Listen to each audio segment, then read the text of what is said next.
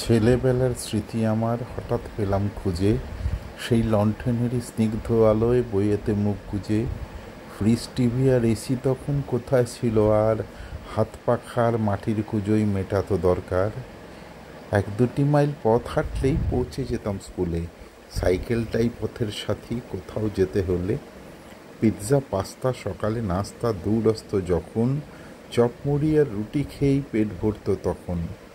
কলের জলের রান্না খাওয়া করতে হতো রোজ, ফিল্টারে জল পরিশোধের ছিল না তাই খোঁজ। ঘুড়ি, গুলি, ডাঙ্গুলি সব খেলনাতে ভরপুর, মোবাইল গেমের যুগটা তখন শত যোজন দূর। কাঁটাছেঁড়া ঠিক হতো ভাই গেঁদা পাতার রসে, কেউ ছিল না হাজার ক্রিম আর ব্যান্ডেইডের বসে। একটি দুটি জামা প্যান্টেই কাটতো কিশোরকাল, ফ্যাশন দেখে কাপড় পরার ছিল না তো চাল। আমাদের সেরা গুণটি ছিল গুরুজনের মান, এই প্রজন্ম চায় না দিতে সেই প্রাপ্য সম্মান।